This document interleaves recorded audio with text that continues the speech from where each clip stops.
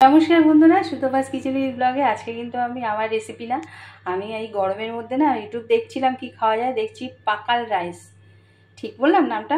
পাকাল rice বা ওই পান্তা ভাত, ঠিক না, ভাতটাতে টাটকা ভাতেই জল ঢেলে আমি করছি। ওটা দেখে আমার ভীষণ লোভ লেগেছে, তাই একটু বানাবো। আমি এখানে ভাতে জল ঢেলে আমার গাছের একটা লেবু পাতা দিয়ে রেখেছি, আর এখানে একটু বানানোর জন্য ধনে পাতা, শসা কুচি, পেঁয়াজ কুচি, তারপরে লেবু এইসব নিয়ে নিয়েছি। নুন দিতে হবে। আর ফোড়ন দেখছি কি সবাই এই ভাতটাতে ফোড়ন দেয় সর্ষে, কারি পাতা আর শুকনো লঙ্কা। আমার কাছে কারি পাতা নেই, কিন্তু খেতে ইচ্ছা করছে খুব। কারি পাতা পাই না কোথাও, তাই জন্য আমি শুকনো লঙ্কা আর এই সর্ষে ফোড়ন দেবো। একটা প্যানও নিয়ে নিয়েছি।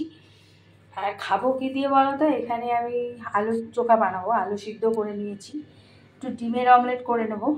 আর একটা তরকারি আছে শুকনো শুকনো, সেটাও একটু নিয়ে নেবো। একটু সর্ষের তেল নিয়ে নিয়েছি। আর এই পাকা রাইস দেখলাম যেটা না হলে একেবারেই নয়, সেটা হচ্ছে টক দই।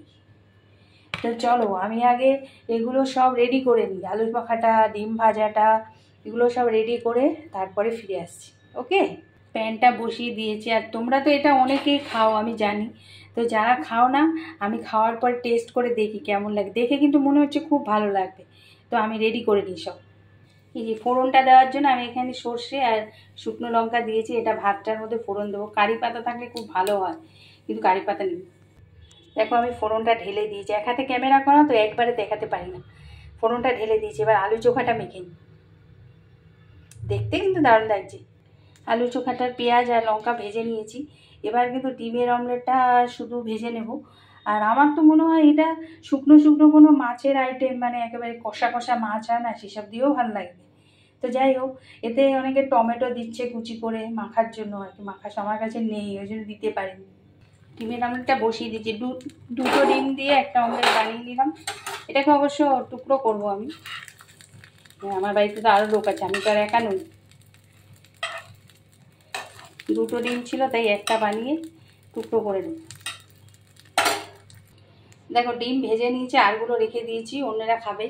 তো এখানে দিয়ে দিলাম নুন, পরিমাণ মতো নুন।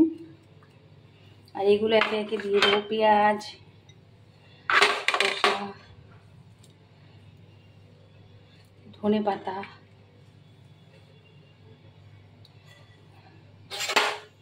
আর যেটা দিতে হবে সেটা হচ্ছে দই। এটা না দিলে নাকি হবেই না। পাকাল রাইস।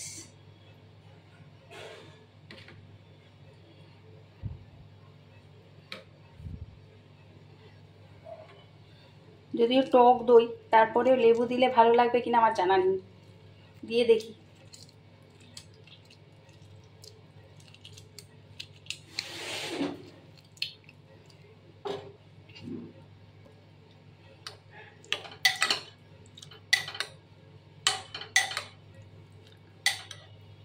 গন্ধটা তো ফাটাফাটি বেরিয়েছে। সবার শেষে কিন্তু উপর দিয়ে একটু কাঁচা সর্ষের তেলও দিতে হবে।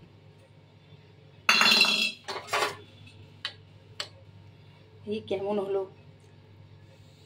খেয়ে দেখি একটু।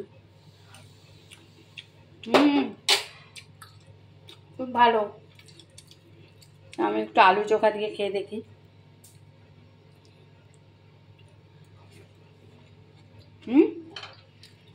যারা খাওনি অবশ্যই একবার বানিয়ে দেখো। আমার ঘরে একটা তরকারি ছিল, যেই তরকারিটা একটু নিয়েছি।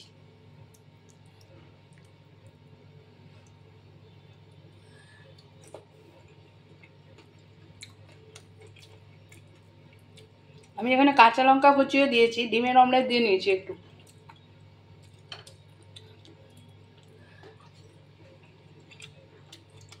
খুব ভালো।